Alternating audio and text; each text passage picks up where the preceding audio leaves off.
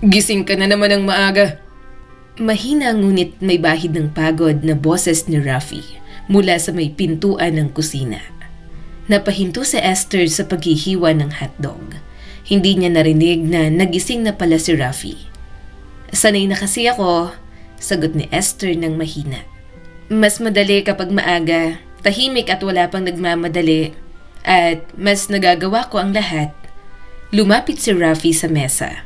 Umupo ito at kinuha ang cellphone. Napabuntong hininga na lang siya sa kanyang asawa. Napapagod na siya sa ganoong routine. Araw-araw pareho. Maaga siyang gigising, maghahanda, maglilinis at pagkatapos ay ihahatid si Jenny. Idagdag pa ang asawa niyang parang insensitive sa kanyang nararamdaman. Muling bumalik si Esther sa ginagawa. Pinatay niya ang kalan, inayos ang pritong itlog sa plato. Maingat niyang inilagay ang kanin. Inayos niya rin ang mga kutsara at tinidor. Nakahanay na ang lahat. Sumilip siya sa orasan. 5:12 pa lang ng umaga. Tahimik pa ang buong bahay. Naririnig niya lang ang mahinang ugong ng electric fan sa sala. Tinungo niya ang upuan kung saan nakasabit ang uniform ni Jenny. Kinapa niya kung tuyo na. Tuyo na kaya pinlansya niya na yon. Na-check mo na ba ang uniform ko?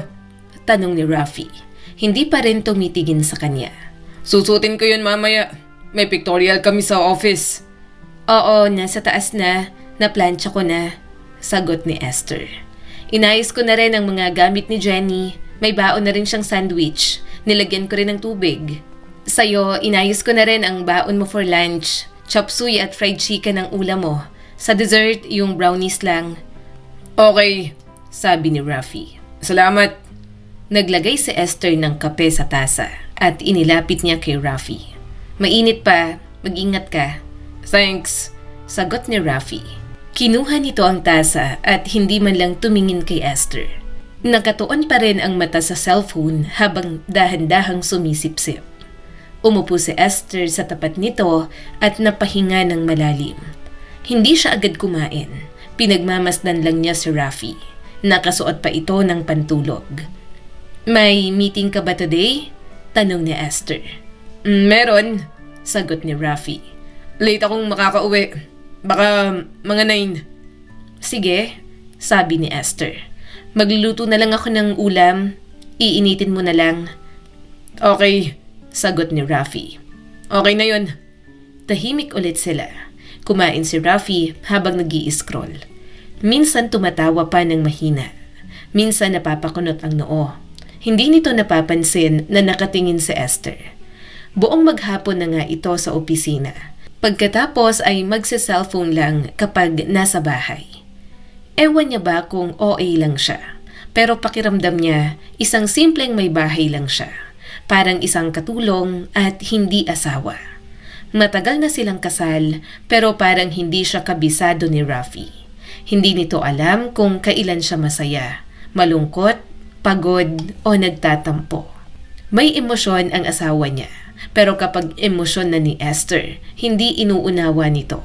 Kapag naman sinabi niya, sasabihin lang na nag-iinarte siya. Kaya minsan, kinikimkim na lamang ni Esther. Naririnig lang niya ang tunog ng kutsara sa plato, ang pag-swipe ng daliri ni Rafi sa cellphone at ang tiktak ng orasan sa dingding. Kumain na rin si Esther ng mabagal at tahimik. Hindi siya nagmamadali, pero hindi rin siya nagtagal. Pagkatapos kumain ni Rafi, tumayo ito agad.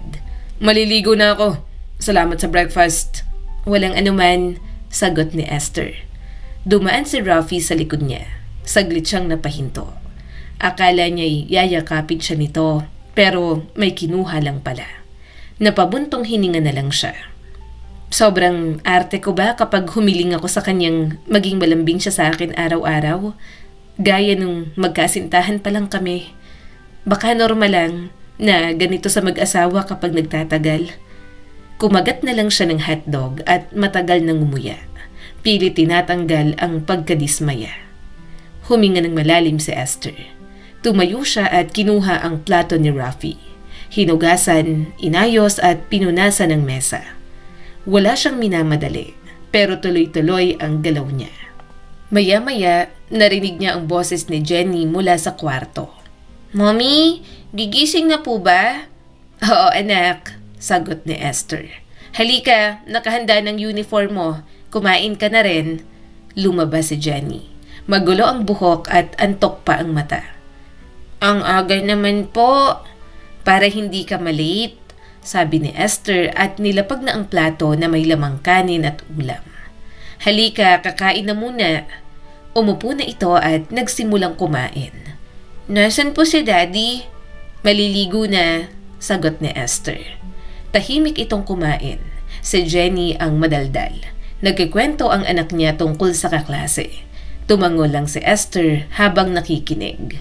Ilang sandali pa ay lumabas si Rafi mula sa kwarto. Nakaayos na ito. Good morning, sabi ng asawa niya kay Jenny. Good morning, Daddy, sagot ni Jenny. Lumapit si Rafi at hinaplos ang ulo ng anak.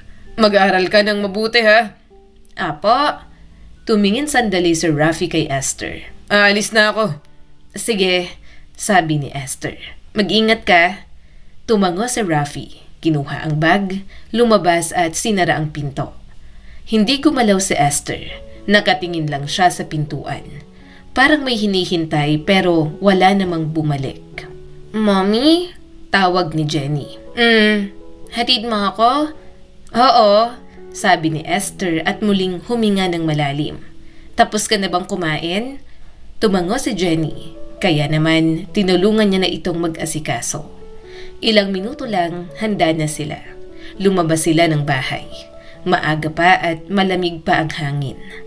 Tahimik silang naglakad papunta sa kanto para makasakay ng tricycle papunta sa school.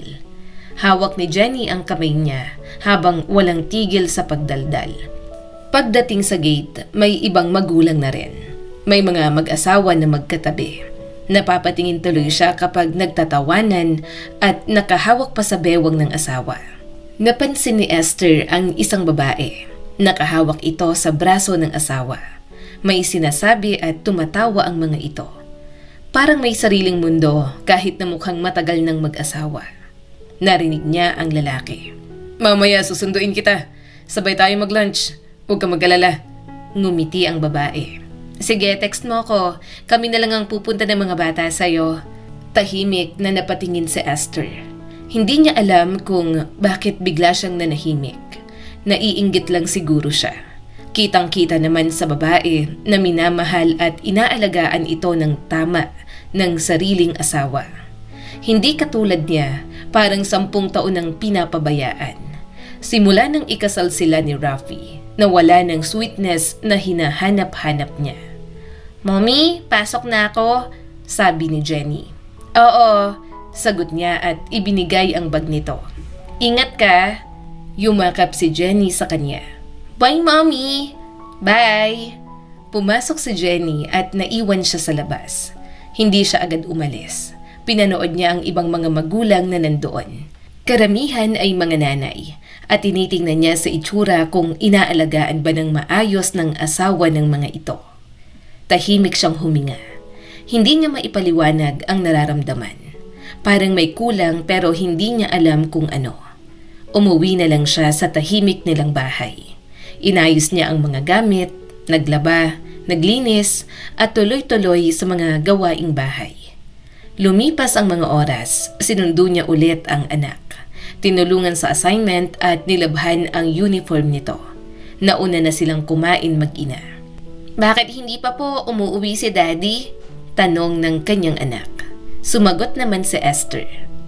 May kailangan pang gawin sa office, kaya nagpaalam na gagabihin. Gabi na nga nang dumating si Rafi. Kumain ka na? Tanong ni Esther. Oo, sagot ni Rafi. Sa labas na lang. May niluto ako. Sabi ko nga ipagtitira kita. Sinampalukang manok yon. Sana hindi ka na kumain sa labas. Bukas na lang, sabi ni Rafi at halata ang pagod sa mukha nito. Matutulog na ako. Maaga pa ako bukas. Tumango na lang si Esther. Sige. Ilang minuto lang, tulog na ang kanyang asawa. Nakatalikod pa sa kanya at hindi man lang siya magawang yakapin. Napatingin na lang si Esther sa kisame. Hindi siya makatulog. Iniisip niya kung kailan naging ganoon ang lahat. Wala namang away. Wala namang problema. Pero parang may distansya. Gumalaw si Rafi. Saglit siyang napatingin pero hindi ito nagising. Bumuntong hininga na lang si Esther. Bakit ganito? Bakit nalulungkot ako? Ipinikit niya na lang ang mga mata. Nagtatanong sa sarili kung kailan naging tahimik ang lahat. Kung kailan nawala ang mga mahahabang usapan. Kung kailan naging ganoon na palagi ang mga gabi nila. Isang araw, maganda ang kanyang gising. Wedding anniversary kasi nila at saktong day off pa ng asawa niya. Gusto niya sanang lumabas sila ni Rafi, kahit kumain lang sa labas. Rafi, naalala mo ba kung anong araw ngayon? Nakangiting tanong ni Esther. Hindi agad sumagot si Rafi. Nakaupo ito sa tapat ng mesa. Hawak ang cellphone at nag-i-scroll. Ano bang meron ngayon? Tanong nito nang hindi tumitingin. Napahinto si Esther. Anniversary natin. Tumigil sandali si Rafi at tumingin sa kalendaryo sa pader. Oo nga pala. Ngumiti ng mahina si Esther. Kaya iniisip ko sana kahit dinner date lang sa labas, hindi naman kailangan bongga, kahit sandali lang.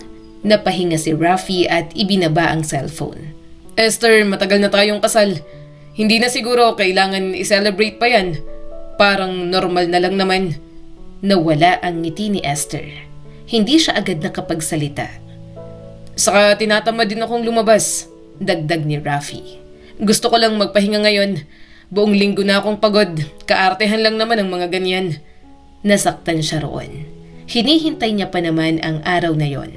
Pero bukod sa nakalimutan na nga ni Rafi, tinuturing pang normal na araw.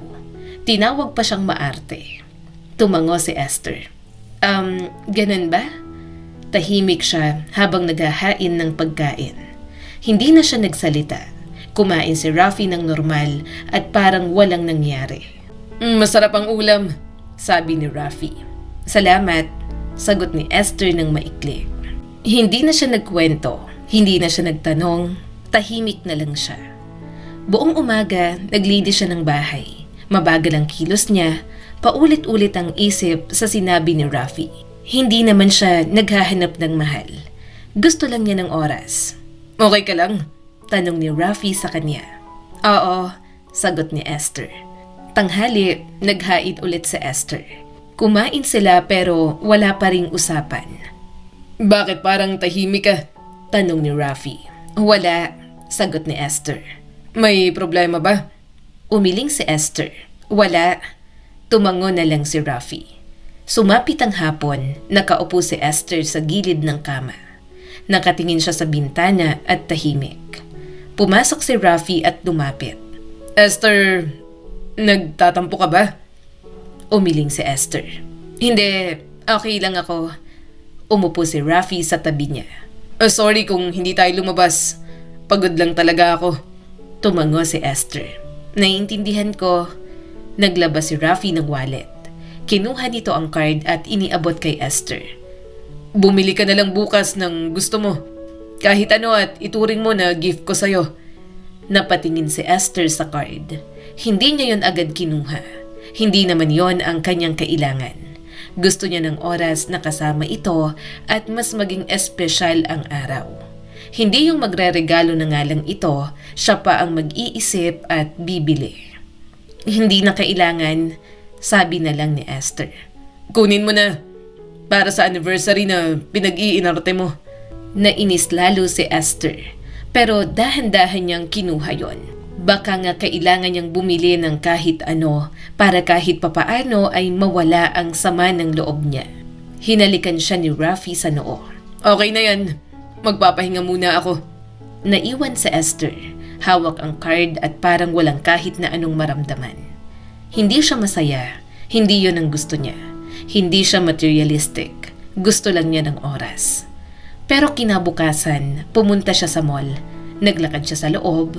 Tumingin sa mga store ng mga damit, bag at sapatos. Naisip niya sanang magpasalon pero masyadong masama pa rin ang kanyang mood. May gusto ka po ba, ma'am? Tanong ng sales lady. Umiling si Esther. Wala, titingin lang, naglakad siya ulit. Tumingin sa mga alahas. Tumigil sandali pero umalis din. Wala siyang gusto. Hindi siya naghahanap ng gamit. Gusto lang niya sana ng oras. Kahit simpleng pagkain, kahit usapan kasama si Rafi. Umupo siya sa bench habang hawak ang card ng asawa. Bakit wala akong gustong bilhin? Pag-uwi niya, tinanong siya ni Rafi. May nabili ka? Umiling si Esther. Wala. Bakit? Tanong ni Rafi. Wala naman akong gusto. Binalik niya na lang ang card dito at nahiga sa kama. Okay, bahala ka sa buhay mo. Pinagbigyan na kita ha. Sabi mo ayaw mo. Huwag mo akong aawayin sa mga susunod na araw. At sa tahimik na gabing yon, nakahiga si Esther sa tabi ni Rafi. Magkalapit sila pero ramdam niya ang layo. Hindi siya nagalit, hindi rin siya umiyak. Tahimik lang si Esther sa lahat ng nararamdaman niya. Isang araw, nasa loob siya ng isang coffee shop. Tapos na naman ang mga gawain niya sa bahay. Gusto niya lang talaga munang mapag-isa. Tumambay sa coffee shop kagaya ng madalas niyang ginagawa noong dalaga pa siya. Self-service, kaya siya ang kumuha ng kanyang tray na may lamang iced coffee at cake. Kaso sa sobrang occupied ng isipan ni Esther, natapon ang daladala niyang iced coffee sa mesa ng isang customer. Nasagi kasi siya kaya doon dumiretso ang mga in-order niya. Pasensya na, hindi ko sinasadya. Nadalas lang talaga. Mahina ngunit sunod-sunod na sabi ni Esther habang nakayuko at nagmamadaling punasan ang natapong iced coffee sa lamesa. Hindi ko napansin na medyo basa pala ang gilid ng tray. Akala ko okay lang, tapos nang ilalapag ko na bigla na lang dumulas. Nakakahiya tuloy. Ang gulo na ng mesa pati ng sahig na damay. Lumapit ang lalaki sa kabilang side ng mesa. Kinuha nito ang tissue. Inabot kay Esther ang ilan. Ayos lang. Nangyayari talaga yan. Hayaan mo, tutulungan kita. Napatingin sa Esther. Saglit siyang natigilan. Matangkad ang lalaki. Nakasuot ng simpleng polo at maong. Thank you, sabi niya. Hindi ko talaga sinasadya.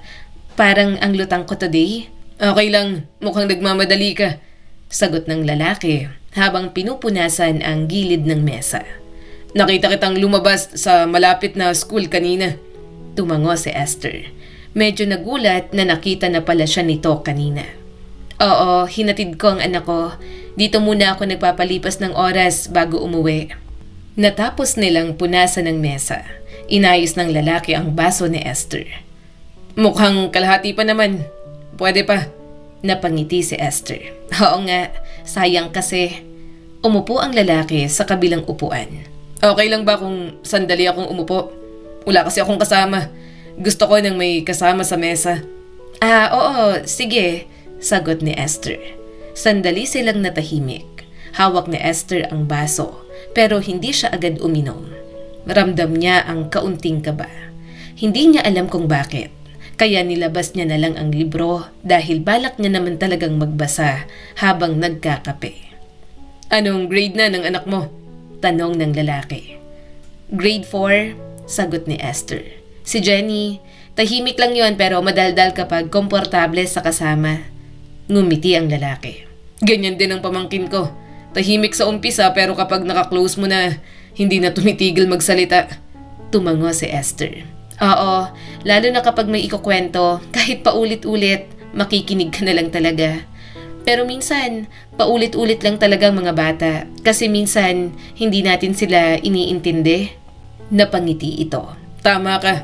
Hatid sundo ka palagi. Oo, sagot ni Esther. Routine ko na yon. Pagkatapos uuwi, minsan dito muna ako para hindi agad bumalik sa bahay. Mag-isa ka lang? Oo, sagot ulit ni Esther. Kapag umaga, mag-isa lang talaga ako. Yung asawa ko maaga rin umaalis at gabi nang bumabalik. Busy kasi siya palagi sa work. Hindi alam ni Esther kung bakit komportable, pero may kaunting kaba. Maingat ang lalaking magsalita. Nakatingin lang sa kanya habang nakikinig. Hindi tulad ng ibang tao na mabilis mawalan ng atensyon. By the way, I'm Johan. Sabi ng lalaki at inabot ang kamay. Nag-alinlangan si Esther sandali pero inabot niya rin naman. Ako naman si Esther. Mas lalong napangiti si Johan. Nice to meet you, Esther. Nice to meet you din. Maya-maya ay naging abala sila sa kanilang mga order. Tahimik na sumubo ng cake si Esther. Napangiti pa siya sa sarap ng cake. Mahilig talaga siya sa matatamis na pagkain. Madalas ka dito? Tanong ni Johan habang pinagmamasdan siya. Minsan lang kapag may oras, parang tahimik dito sa umaga. Maganda rin pang relax. Kaya kapag medyo magulong isipan ko, dito ako pumupunta. Wala masyadong tao. Napansin ni Esther na nakikinig talaga si Johan.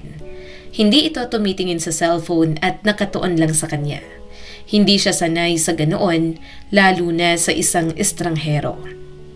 Masarap ba ang coffee mo? Tanong ni Johan. Oo, sagot ni Esther.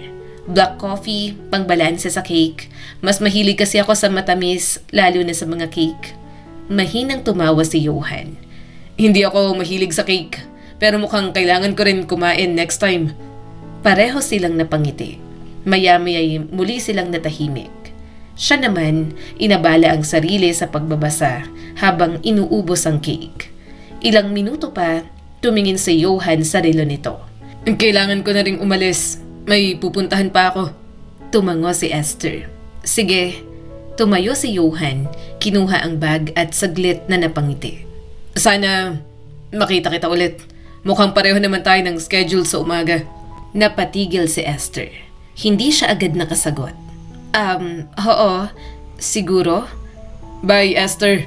Sabi ni Johan. Bye.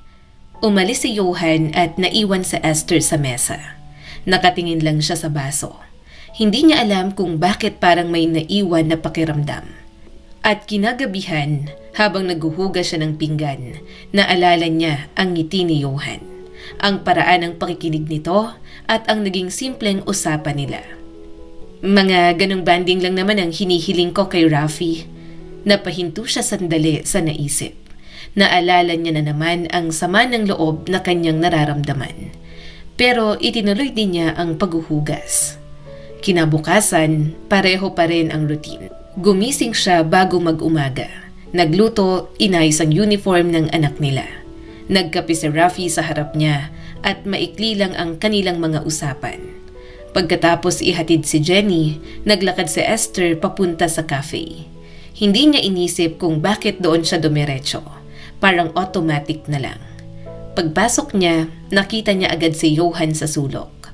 Nakaupo at may hawak na tasa. Napatingin si Johan at ngumiti.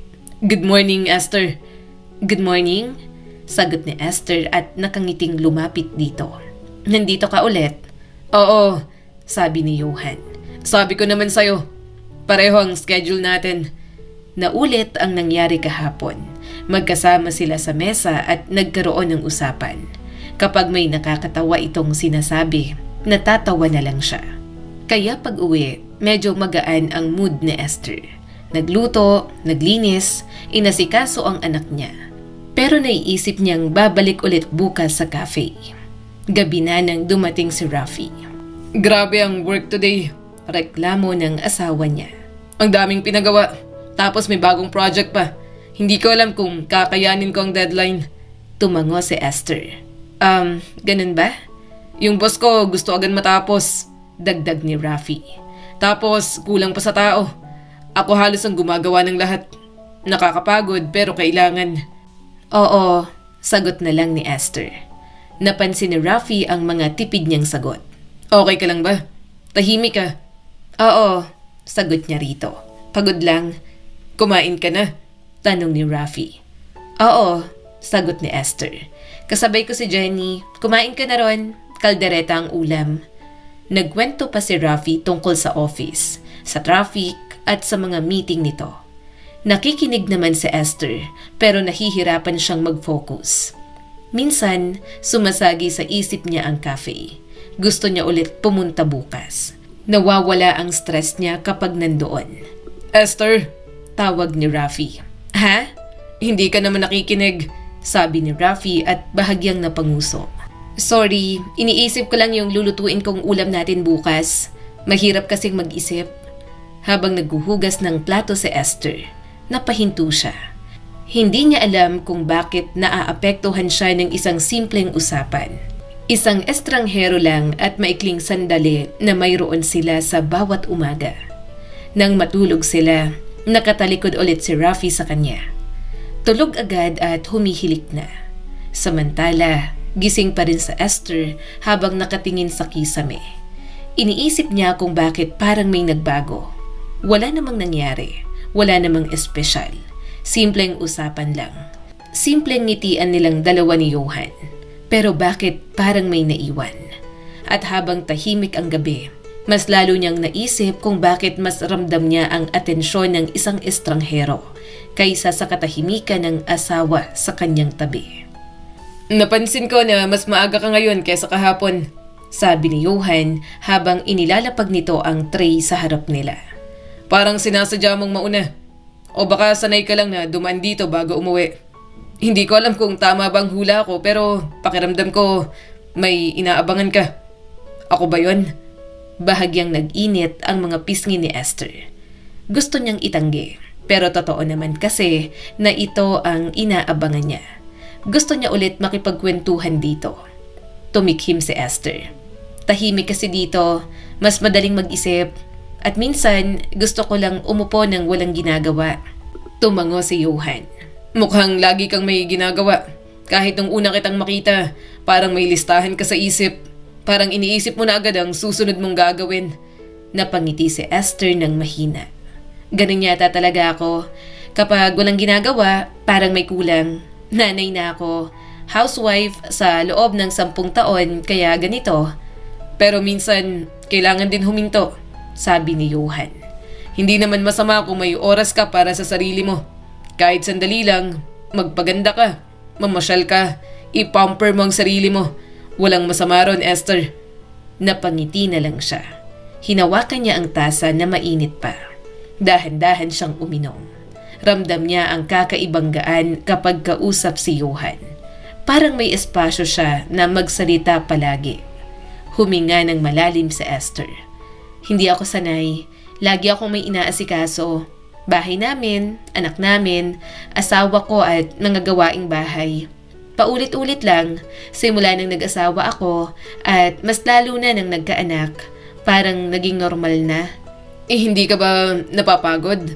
Tanong pa ni Johan. Napapagod? Sagot ni Esther. Pero hindi ko na iniisip, routine na lang, sandali silang natahimik. Ganoon naman talaga sila sa pagitan ng kanilang mga usapan. Tinitingnan lang siya ni Johan kapag hindi nagsasalita. At si Esther ngingiti ng matamis dito. Kumusta ka nung dalaga ka? Tanong ni Johan. Anong ginagawa mo noon? Napahinto si Esther dahil parang matagal na niyang hindi iniisip yon. Nag-aral ako at pagkatapos ay part-time. Simple lang ako at mahilig sa mga ganitong klaseng coffee shop. Tahimik din ako noon. May mga kaibigan ka? Tumango si Esther. Oo, pero hindi kami madalas lumabas. Mas gusto ko lang sa bahay. Saka nung nagkanya-kanya na kami ng buhay after graduation, never na ulit kaming nagkita-kita. Kung saan-saan na napunta ang kanilang usapan. Napansin niya na mas madali na siyang magsalita. Hindi niya namamalayan na nagkukwento na pala siya. Mahilig mag-drawing si Jenny. Sabi pa niya. Kahapon gumuhit siya ng bahay. Ang galing ng kamay niya. Ako, wala akong talent sa drawing. Ngumiti si Johan. Mukhang close kayo. Oo, sagot ni Esther. Tahimik lang din siya. Pero kapag kaming dalawa lang, madaldal. Close kami kasi halos kami naman palagi ang magkasama ng anak ko sa bahay. Ilang araw pa, naging ganoon ang routine nila. Pagkatapos ihatid si Jenny, dumadaan si Esther sa cafe. Minsan, nauna si Johan. Minsan naman ay siya. Pero palagi silang nagkikita. Mas humahaba ang usapan nila at mas nagiging personal. Hawak pala ni Johan ang sarili nitong oras sa sarili nitong negosyo. Kaya kahit anong oras, available ito para makakwentuhan siya. Hindi ka ba namimiss ng asawa mo sa umaga? Tanong ni Johan minsan. Napahinto si Esther. Hindi ko alam, maaga rin kasi siyang umaalis.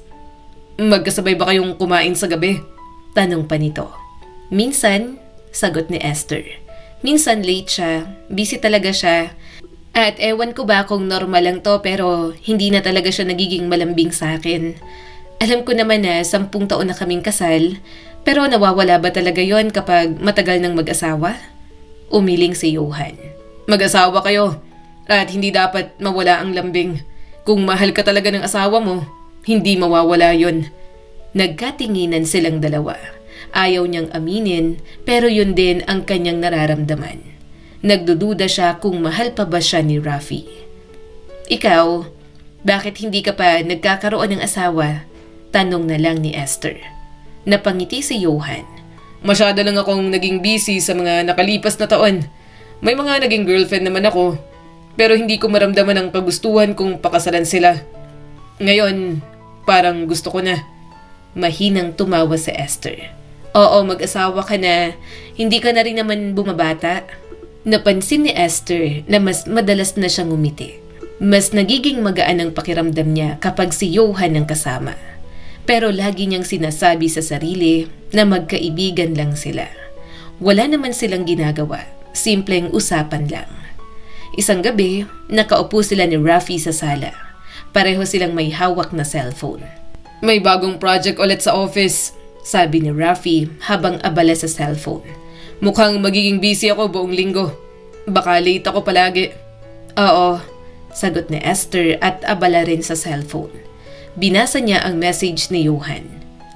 Let's eat in a restaurant. Huwag kang mag-alala.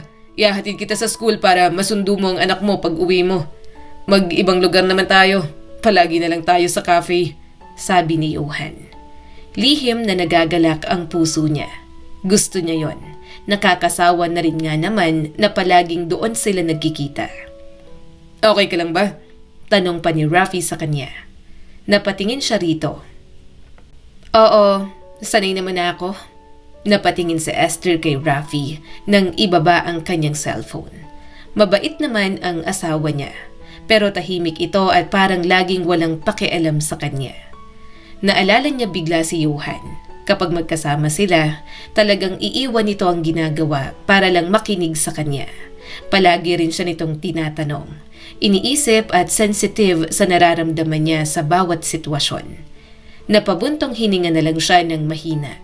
Naramdaman niya ang guilt. Hindi niya dapat ikumpara ang asawa niya sa isang bagong kaibigan. Kinabukasan, nagkita ulit sila ni Johan. Natuloy ang paglabas nila at kumain sa isang restaurant. Mukhang may iniisip ka, sabi ni Johan. Tahimik ka today. Wala, sagot ni Esther. Pagod lang?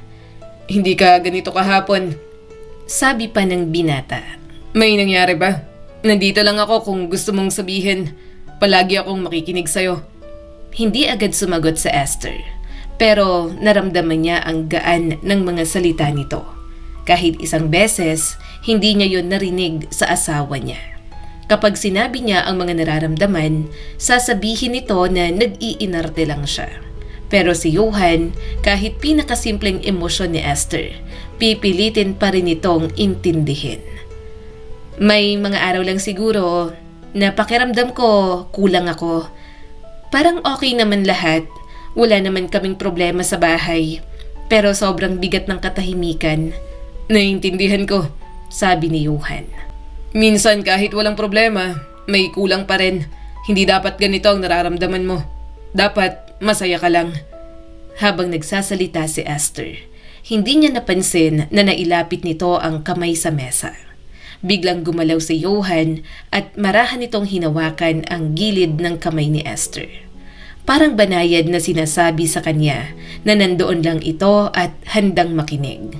Napatigil si Esther.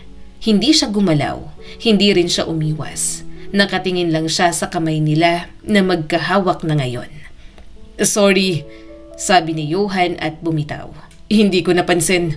Tumango na lang si Esther. Hindi pa rin siya makapagsalita. Ramdam niya ang tibok ng puso. Hindi niya alam kung bakit ganon ang nararamdaman niya sa simpleng hawak lang ng binata. Nagpatuloy ang usapan pero mas tahimik na si Esther at mas maingat. Ilang minuto pa, nagpaalam na siya. Kailangan ko nang umuwi. Susunduin ko pa si Jenny. Bakas ang lungkot sa mga mata ni Johan. Sige, ihahatid na kita. Sa loob ng sasakyan, ramdam pa rin niya ang haplos. Parang naiwan sa balat niya yon. Hindi maalis sa kanyang isip. Dito mo na lang ako ibaba. Salamat sa paghatid. Saad ni Esther nang makita ang kanto malapit sa school. Salamat din sa time. Napangiti ito. You're welcome. Sana maulit-ulit. Hindi na siya sumagot at sinarado na lang ang pinto. Nang makaalis ito, napabuntong hininga na lang siya. Naglakad siya papuntang school para sunduin ang anak. Mommy! Bungad ni Jenny sa kanya. Pinilit niyang ngumiti at kinuha ang iba nitong gamit. Halika, uwi na tayo anak. Pagdating sa bahay kasama ang anak, tahimik pa rin si Esther. Nagluto, naglinis, pero lutang pa rin ang kanyang pakiramdam. Iniisip niya pa rin si Johan at ang haplos nito sa kamay niya na para bang may ibig sabihin. Napapikit na lang siya. Pero kahit na sinasaway ni Esther ang kanyang sarili, hindi niya pa rin talaga mapigilan. Kapag hindi siya tinatrato ni Rafi sa paraan na kanyang inaasahan, mas lalo niyang hinahanap ang presensya ni Johan. Kaya yon at muli na naman siyang makikipagkita. Nasa dulo ng kalye si Johan. Nakaupo sa bench malapit sa maliit na parke. Pagkakita sa kanya, tumayo agad ito. Akala ko hindi ka na darating, sabi ni Johan sabay matamis na napangiti. Matagal ako naghintay. Hindi ko alam kung nagbago ka ng isip o baka busy ka lang. Lumapit si Esther dito. May dinaanan lang ako. Tumango si Johan. Okay lang. Salamat sa pagpunta. Umupo sila sa bench. Sandali silang natahimik. Hindi niya rin naman alam kung ano ang sasabihin. Ramdam ni Esther ang tensyon. Hindi tulad ng dati na parang wala lang. Hindi tayo sa cafe? Tanong ni Esther. Mas tahimik dito, sagot ni Johan sa kanya. Gusto ko lang makausap ka ng maayos. Napahinga si Esther. Ano bang pag-uusapan natin? Hindi agad sumagot si Johan. Nakatingin lang muna ito sa kanya bago muling nagsalita. Gusto ko lang sabihin na masaya ako kapag kasama kita. Kahit simpleng usapan lang o nagkakabilang tayong dalawa. Hindi ko alam kung paano ipaliwanag pero parang nagiging mas magaan ang bawat araw ko. Nagulat siya sa mga sinabi nito. Hindi niya alam ang sasabihin. Ayaw niyang aminin na ganoon ang kanyang nararamdaman. Lalo pa at alam nila pareho na mali yun. Hindi na makatingin ng diretso si Esther. Magkaibigan lang naman tayo. Hindi pwede yan. Napalunok si Johan at halatang nasaktan. Hindi kita pinipilit. Gusto ko lang maging honest sa nararamdaman ko. Kasi napansin ko rin na hindi ka na ganun ka-relax tulad ng dati kapag kasama mo ko. Ramdam ko, parang may distansya ka ngayon. Huminga ng malalim si Esther. Siguro kailangan lang natin maging maingat. Ayoko ng komplikasyon. Hindi nagsalita si Johan kaya tiningnan niya ito. Nakita niya ang lungkot sa mga mata ng lalaki. Napabuntong hininga na lang siya at umiwas ulit ng tingin. Hindi tuloy alam ni Esther ang gagawin sa kanilang mga namumuong damdamin. Kumusta ka kagabi? Tanong ni Johan. Normal lang, sagot ni Esther. Bahay lang. Masaya ka ba? Bigla nitong tanong. Bahagyang natigilan si Esther. Hindi niya yun sasagutin. Alam niyang alam yun ni Johan. Palagi niya kasing nakakwento ang trato ni Rafi sa kanya. Maya-maya ay mas lalong lumapit sa kanya si Johan. Kapag kasama kita, parang mas nagiging totoo ka. Mas nagsasalita ka. Mas nakangiti. Hindi ko alam kung napapansin mo. Hindi nakapagsalita si Esther. Nakaramdam siya ng kaba. Kaba dahil alam niyang totoo lahat ng sinasabi nito. Kahit mali, gustong-gusto niyang maramdaman. Bahagyang inayos ni Johan ang kumawalang buhok sa kanyang pisngi. Hindi ko gustong sirain ang meron ka. Alam ko na may pamilya ka. Alam ko dapat may limit. Pero hindi ko rin kayang itago na gusto kitang makita kahit sandali lang. Napahinga ulit ng malalim si Esther. Johan, mahirap tong ginagawa natin. Siguro dapat umalis na ako. Sandali lang.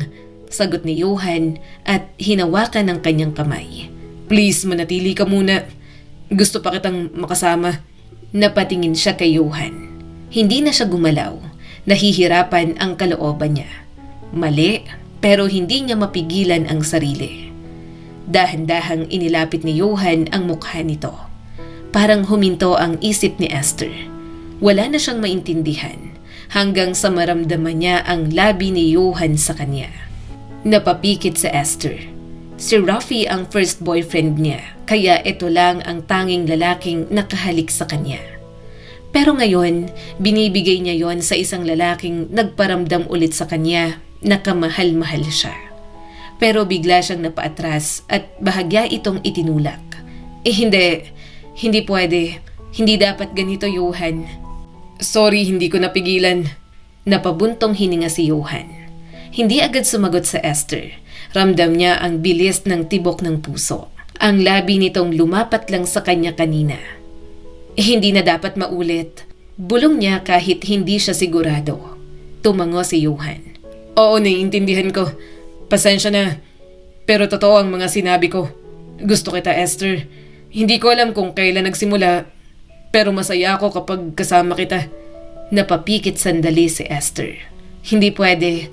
May pamilya na ako. Malungkot na tumango si Johan. Alam ko, hindi ko inaasahan na may mangyayari. Naituring mo ako ng higit pa. Gusto ko lang sabihin ang nararamdaman ko. Napakagat siya sa labi. May nararamdaman na sila sa isa't isa. Inasahan niya na yon kasi hinayaan niya lang. Pero palaging may bumubulong sa konsensya niya na mali ang lahat ng yon. Tumayo si Esther. Kailangan ko nang umalis. Tumango si Johan. Ingat ka. Hindi na siya sumagot. Naglakad siya palayo habang mabigat ang pakiramdam. Pero bumili na muna siya ng donuts para may madala siya sa kanyang anak na iniwan niya muna sa bahay para lang makipagkita kay Johan. Pagdating sa bahay, tahimik na lang talaga siya. Binuksan niya ang pinto at nasa sala si Jenny. Pagkakita sa kanya, agad itong lumapit. "Mommy!" sigaw ni Jenny at yumakap kaagad. "Nasaan po ang pasalubong ko?" Inabot niya naman dito. "Eto, donuts." Napangiti ang anak niya. "Thank you, Mommy." Habang hawak niya si Jenny, naramdaman niya ang guilt. Parang biglang bumalik sa isip niya ang nangyari. Ang halik na pinagsaluhan nila kanina ni Johan. Maling-mali at hindi na dapat mangyari pa. "Hindi muna ako pupunta." Mahina niyang sabi sa sarili isang araw habang hawak ang kanyang cellphone. Nakaupo siya sa gilid ng kama. Nasa school si Jenny at kahahatid niya lang. Ang asawa niya ay nasa trabaho na. Usual routine ang magpunta muna sa coffee shop bago ang umuwi. Pero dahil umiiwas, hindi niya ginawa. Kaya ngayon, kinukulit siya ni Johan sa messages. Nakatitig si Esther sa screen. Naka-open ang message ni Johan. "Kumusta ka? Hindi kita nakita. Okay ka lang ba? Hindi kita pipilitin. Gusto ko lang malaman kung ayos ka." Hindi siya agad sumagot. Ilang minuto siyang nakatitig. Parang mabigat ang daliri ni Esther. Gusto niyang i-ignore. Gusto niyang tumahimik na lang. Pinatay niyang screen at inilapag ang cellphone. Tumayo na lang siya at pumunta sa kusina. Uminom siya ng tubig pero hindi naman mapakali. Ilang sandali pa at bumalik din siya at kinuha ulit ang cellphone. Nag-type siya ng message. "Okay lang ako, busy lang." Agad nag-reply si Johan. "I missed you. Hindi ko alam kung dapat ko bang sabihin, pero tahimik ng umaga ko kapag wala ka. Parang may kulang. Pwede ka bang makita kahit sandali lang? Pumunta ka rito sa bahay ko. Pwede bang dumaan ka rito? Please, gusto kitang makita." Napahinga ng malalim sa Esther. Ramdam niya ang kaba. Nakapunta na nga siya sa bahay nito nang minsang ipagluto siya. Pinikit niya ang mga mata. Hindi dapat siya pumunta. Pero hindi niya alam kung bakit parang may humihila sa kanya. Namalaya niya na lang na nag-reply siya ng bagong mensahe. "Sandali lang, hindi ako pwede magtagal." Agad nag-reply si Johan. "Okay, kahit sandali, ipagluluto kita. Salamat." Kinabukasan, nagkita sila sa bahay ni Johan pagkatapos niyang ihatid si Jenny sa school. Pasok ka, Sabi ni Johan ng mahina. kumain na muna tayo. Ipinagluto kita. Pumasok sa Esther at umupo sa gilid ng sofa. Maya-maya'y tinawag na siya nito pagkatapos maghain ng pagkain. Hindi na niya batid kung ano ang ginagawa niya. May asawa na si Esther, pero yon at nasa bahay siya ng isang lalaki. Kakain kasama nito. Hindi kita nakita kahapon. Sabi ni Johan habang ipinagsasandok siya ng kanin at ulam. Akala ko iiwas ka na. Siguro dapat, sagot ni Esther. Matamang tumingin ang binata sa kanya. Pero nandito ka. Napatingin si Esther kay Johan. Sa bigat ng kanilang usapan, parang sobrang hirap simulan ng pagkain. Kailangan nilang maayos yon. Para sa kanya, hindi pwedeng magpatuloy ang kanilang mga damdamin. Lumapit si Johan at lumuhod sa gilid niya para magpantay ang kanilang mga paningin. Hindi kita pipilitin. Gusto lang kitang makasama. Kahit tahimik lang, kahit patago. Please, gusto talaga kita. Handa akong maging kabit mo. Nanlaki ang kanyang mga mata. Natatakot si Esther. Sobrang natatakot siya. Pero hindi niya rin maikakaila na gusto niya na si Johan. Ang hirap para sa kanya na pigilan ang nararamdaman. Kaya kahit alam niyang mali at bawal, patuloy pa rin siyang nakikipagkita rito.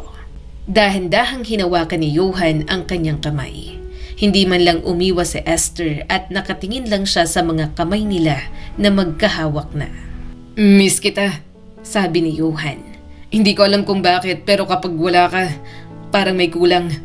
Naluluha si Esther sa labis na emosyon na kanyang nararamdaman. Hindi dapat ganito. Yon ang huling salitang lumabas sa bibig ni Esther. Pero kahit siya, hindi niya na alam kung pinaniniwalaan pa niya yon. Dahan-dahang hinaplos ni Johan ang likod ng kanyang kamay. Kung gusto mong umalis, hindi kita pipigilan. Hindi siya sumagot. Hindi rin siya gumalaw. Naramdaman niyang lumapit pa si Johan. Bahagya nitong tinaas ang ulo para magpantay ang kanilang mga mata. Ilang pulgada na lang ang pagitan ng kanilang mga mukha. Nadadama na ni Esther pati ang paghinga nito. Sabihin mo lang, bulong ni Johan. Aalis ka ba? Gusto niyang sabihin na oo. Gusto niyang tumango, pero wala siyang nagawa. Napalunok si Esther at napapikit siya sandali. Nang imulat niya ang mga mata, nakatitig pa rin sa kanya si Johan. Parang may hinihintay at parang may hinihiling mula sa kanya. At bigla, kumawala si Johan sa paghihintay. Hinila siya nito papalapit at hinalikan siya ng mabilis. Nanlaki ang mga mata ni Esther. Hindi niya inaasahan ng bilis, diin at bigat ng bawat halik. Napahawak siya sa balikat ni Johan. Sa unang segundo, natigilan siya. Parang huminto ang mundo dahil nagsisimula na siya sa kanyang kasalanan. Esther, gusto talaga kita. Sambit ni Johan sa bawat mabilis na paghinga. Wala akong pakialam kahit may asawa ka na. Kahit na saglit lang ang oras mo sa akin, please gamitin mo ako. Mamahalin kita, alagaan, paliligayahin kita. Tinulak niya si Johan at lumayo rito. Hindi pwede to. Tama na, Johan. Pero muli siyang hinila ni Johan. Sa rahas ng hila nito, natapon ng ilang plato sa sahig at napasandal siya sa lamesa. Huwag kang umalis. Alam ko na gusto mo rin to. Please, Esther. Alam kong hindi ka na masaya sa asawa mo. Johan, sinapo nito ang mukha niya at napapikit. Please, kahit patagong relasyon lang, papayag ako, Esther, basta hayaan mo akong makasama ka. Wala akong pakialam kahit may asawa ka na. Please, hayaan mo akong ipadama sa'yo ang nararamdaman ko. Mahal na mahal kita, Esther. Mata man niya itong tiningnan. Hindi siya makapaniwala na may isang lalaking magmamahal sa kanya ng ganoon. Magsusumamo para sa atensyon at pagmamahal niya. Alam niyang iba yon. Iba sa naramdaman niya para sa asawang si Rafi. Mas masaya at mas nadadama ni Esther. Para bang yon ang totoong mukha ng pag-ibig at hindi ang unang pinaranas sa kanya ni Rafi. Johan, hinaplos niya ang mukha nito. Malito, may asawa na ako at masasaktan ka lang. Wala akong pakialam. Wala. Hinalikan nito ang kanyang palad at punong-puno ng pagsusumamo ang mga mata. Dapat itulak niya si Johan. Dapat umiwas siya. Pero hindi nagawa ni Esther. Sa halip, pumikit siya at gumanti ng halik. Hinawakan niya ang batok ni Johan at ibinalik ang halik. Mas mariin at desperado. Parang matagal na niyang pinipigilan at parang doon lang siya huminga ng maayos. Sa pagkakataong yon, tuluyan ang nahulog si Esther sa kasalanan na balang araw ay pagsisisihan niya. Esther, Mahina nitong tawag nang nakahiga na sila sa kama at parehong natatakpan ng kumot. Hindi siya agad sumagot. Napapikit lang si Esther. Biglang bumalik ang lahat sa isip niya. Nagawa niya na at nagkasala na siya sa kanyang asawa. Umangat si Johan at tumingin sa kanya. Pinagsisisihan mo ba ang nangyari sa atin? Hindi siya agad nakasagot. Nanatili siyang nakatitig sa kisame. Hindi ko alam. Masasaktan tayo sa ginagawa natin. Gugulo lang ang lahat. Umupo siya at hinila ang kumot para matakpan ang sarili. Hindi siya makatingin kay Johan. Nahihiya siya. Hindi lang sa ginawa nila, kundi sa kanyang sarili. May asawa ako, mahinang sabi ni Esther. May anak ako, pero hindi kita sisisihin kasi hinayaan pa rin kita. Ginawa pa rin natin. Hindi sumagot si Johan. Bahagya lang itong tumango. Yumakap ito sa kanyang bewang na parang bata. Napahawak si Esther sa noo niya. Hindi pwedeng malaman ito ng kahit na sino. Oo, itatago natin. Pangako walang makakaalam. Agad na sagot ni Johan. Napatingin siya rito. Hindi ito pwedeng maging normal. Hindi pwedeng ganito palagi. Kung magkikita tayo, patago lang. Walang makakaalam. Kahit kaibigan o pamilya. Kahit sino. Hindi pwedeng malaman ang ugnayan nating dalawa. Okay lang sa akin. Sagot ni Johan habang nangungusap ang mga mata. Basta manatili ka sa akin at hayaan mo akong makasama ka. Sapat na sa akin yun. Napakunot ang noo ni Esther. Hindi ka ba natatakot? Natatakot na ako. Sagot nito. Pero mas natatakot ako na mawala ka. Natahimik si Esther. Hindi niya alam kung matutuwa siya o mas lalong matatakot. Mas lalong naging totoo ang lahat. Nagtaksil na siya at mas piniling ipagpatuloy ang mayroon sa kanila ni Johan. Hindi ako mangangako, sabi ni Esther sabay iwas ng tingin. Hindi ko alam kung mauulit pa to. Hindi ko alam kung kakayanin ko. Hindi kita pipilitin. Pero kung mangyari ulit, napapikit siya at huminga ng malalim. Mananatili tong lihim, walang makakaalam kahit anong mangyari. Tumango agad si Johan at umayos na ng upo. Tayo lang ang makakaalam. Tayo lang. Tahimik silang nagkatitigan. Mabigat na ang lahat. Hindi na tulad kanina na puno lang ng init. Ngayon, may halong kaba at may halo ng guilt. Unti-unting bumaba si Esther sa kama. Kinuha niya ang mga damit sa sahig. Mabagal ang galaw niya at parang ayaw niyang magmadali. Parang natatakot siyang tuluyang bumalik sa realidad. Naramdaman niyang nakatingin lang sa kanya si Johan. Pagkatapos magbihis, naupo siya sa gilid ng kama. Hindi pa rin siya makatingin dito. Esther, tawag ni Johan at inabot ang kanyang kamay. Hindi ko pagsisisihan to. Kahit mahirap para sa akin na itago to. Kahit iniisip ng lahat na kasalanan to. Hindi ako magrereklamo. Alam kong mahirap paniwalaan pero mahal na talaga kita. Bago pa tayo ganap na magkakilala, palagi na kitang nakikita. Doon pa lang alam kong gusto na kita. At nang makausap kita, mas lalo akong nahulog sa'yo. Bahagyang nagulat si Esther. Hindi siya makapaniwala. Matagal na pala siyang napapansin at nakikita ni Johan. Ibig sabihin, pinapangarap na siya noon pa man kahit alam nito na may asawa at anak na siya. Tumayo na lang si Esther. Inayos ang buhok at kinuha ang bag. Uuwi na ako. Tumango si Johan. Ihahatid kita. Agad siyang tumanggi. Hindi na, kaya ko na. Dapat mag-ingat tayo, Johan. Walang pwedeng ibang makakita. Lumapit ito sa kanya at niyakap na lang siya. Sobrang tagal at higpit na parang ayaw pa siyang pakawalan. Mag-message ka kapag nakauwi ka na. Bulong nito at punong-puno ng pagsusumamo. Tumango lang si Esther at bahagya itong itinulak. Nakita niya ulit ang lungkot sa mga mata nito. Lumabas siya ng kwarto.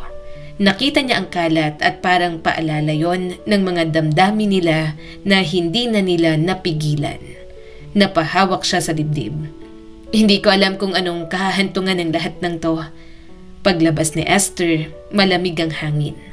Parang sinampal siya ng realidad. Huminga siya ng malalim at pilit na ginawang kalmado ang sarili. Sa loob-loob niya, alam niyang may nabago na.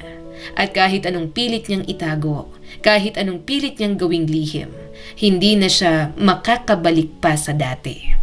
"Mommy?" Tawag ni Jenny. "Nasaan ka po kanina?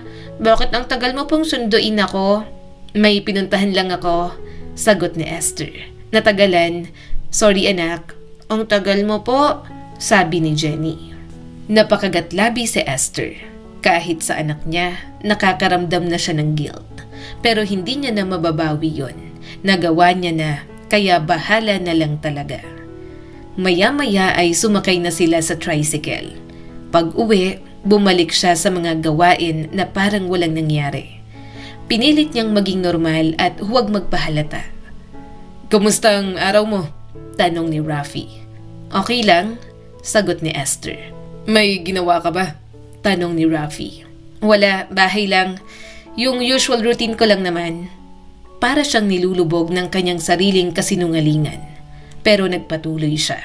Sa mga sumunod na araw, patuloy silang nagkikita ni Johan. Tahimik at walang nakakaalam. At sa mga panahong yon, mas madalas nang ngumiti si Esther. Mas buhay ang pakiramdam at parang may bago.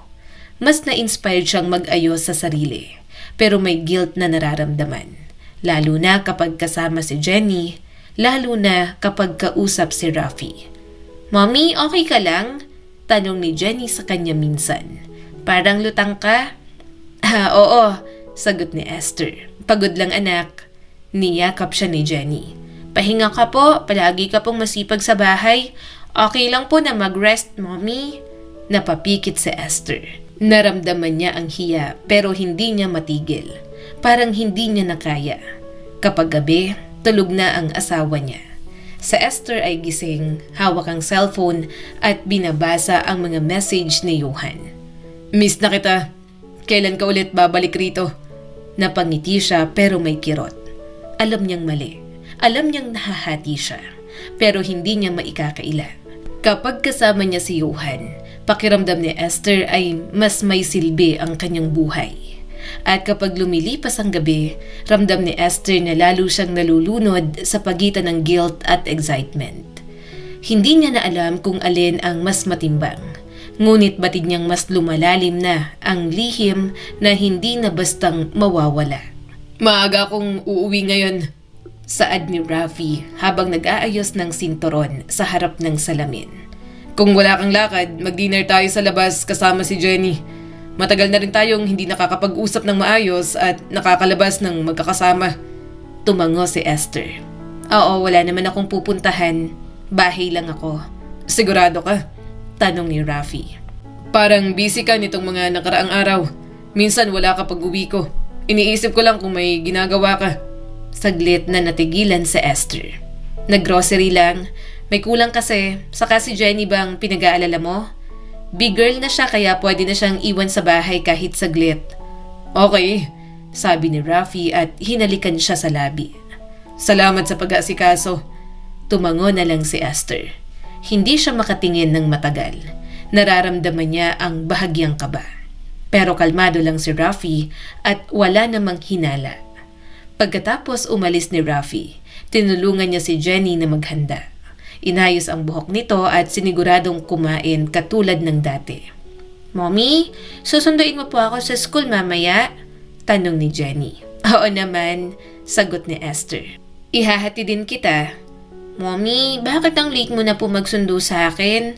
Tanong ni Jenny. Minsan kasi ang tagal mo po, Mommy. Natigilan si Esther. Nalilate siya dahil hindi niya namamalayan ng oras kapag kasama si Johan. Nakakatulog kasi ako sa hapon. Late akong nagigising kaya nawawala sa isip ko na sunduin ka. Sorry anak. Tumango si Jenny. Okay lang po. Pagkatapos ihatid si Jenny, naglakad si Esther sa kabilang kanto. Nandoon na si Johan at nakaupo sa loob ng sasakyan.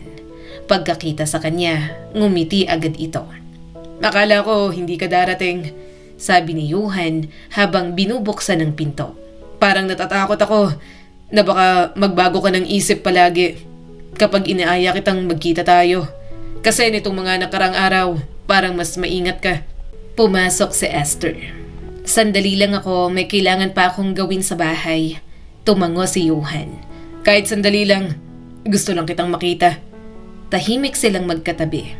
Hinawakan ni Johan ang kamay niya na parang natural na yung gawin. Kapag magkasama sila, para bang walang mali. Namiss kita, bulong ni Johan. Kahapon hindi tayo nagkita.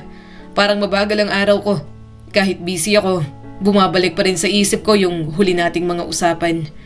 Napatingin si Esther dito. Busy lang ako, saka hindi pwedeng araw-araw ay magkikita tayo. Baka makahalata na sila. Gusto niyang mag-ingat. Ayaw ni Esther na masiwalat ang kanyang mga ginagawa kasama si Johan. Mas okay na maitago na lang habang buhay kaysa magkagulo. Alam ko, sagot ni Johan at napabuntong hininga. Pero pakiramdam ko, mas lumalayo ka. Esther, nangako ako sa'yo, di ba? Hindi kita ilalagay sa alanganin. Gusto lang kitang makasama. Lumapit sa Johan at niyakap siya ng mahigpit. Hindi na siya nanlaban. Nasanay na ang katawan niya. Nasanay na sa pakiramdam na hindi ang asawa niya ang kayakap. Ilang sandali silang natahimik. Ramdam ni Esther ang lambing, init at atensyon na hindi niya nararamdaman sa bahay. Nagsimula ng magmaneho si Johan. Halika na sa bahay. Pinagluto kita ng paborito mo. Marahang tumango si Esther. Pero saglit lang ako ha. Maagang uuwi si Rafi.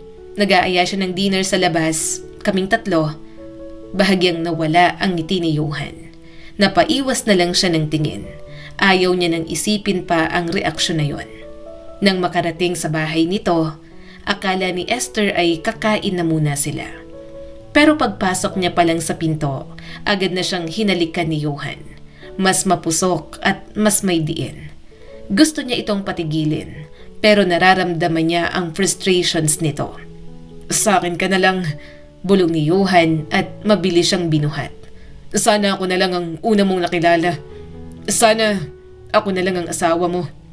Kumirot ang puso niya sa mga sinabi ni Johan. Kahit hindi niya itanong, alam niyang nagsiselos ito kay Rafi. Mahal siya nito, kaya normal na maramdaman nito yon. Pero wala namang magagawa ang kahit na sino sa kanila. May asawa na siya at kabit niya lang si Johan. Kaya ng araw na yon, hinayaan niya na lang si Johan sa gusto nitong gawin, na ilabas ang frustrations at selos nito sa kama. Hinayaan niya dahil kahit anong tanggipan ni Esther, nararamdaman niya rin na mahal niya na si Johan. Nang matapos, dinala na lang ni Johan ang pagkain nila sa kama. Nagmadali na siyang kumain. Hindi siya pwedeng magtagal. Please, 1 oras pa. May pagsusumamong sabi ni Johan at mahigpit siyang niyakap. Bahagya niya itong tinulak at kinuha ang kanyang mga damit. Johan, hindi pwede. Sinabi ko ng saglit lang ako. Please, intindihin mo naman ako. Napabuntong hininga ito at namumungay ang mga matang tumingin sa kanya. Kailan ulit tayo magkikita? Kailan ka babalik dito? Hindi ko pa alam. Hindi ako pwede bukas. Marami akong gagawin. I-message na lang kita. Kinuha ni Johan ang kanyang kamay at dinama sa pisngi nito. Matama na lang tiningnan ni Esther ang nakapikit na binata. Ramdam na ramdam niya ang pagmamahal nito, pero batid nila pareho na hindi talaga pwede. Nang makapunta sa school, agad na niyang sinundo ang anak niya. Umuwi sila at nag-asikaso na. Masaya naman ang naging dinner nila sa labas. Sa mga lumipas na araw, hindi sila gaanong nagkita ni Johan. Palagi kasing mas maaga nang umuuwi ang kanyang asawa. Bukod doon, napapansin niya na parang may pagbabago kay Rafi. Parang medyo nagiging sweet na ito at nagbibigay ng oras sa kanya. Hindi tulad noon na para bang roommate lang sila.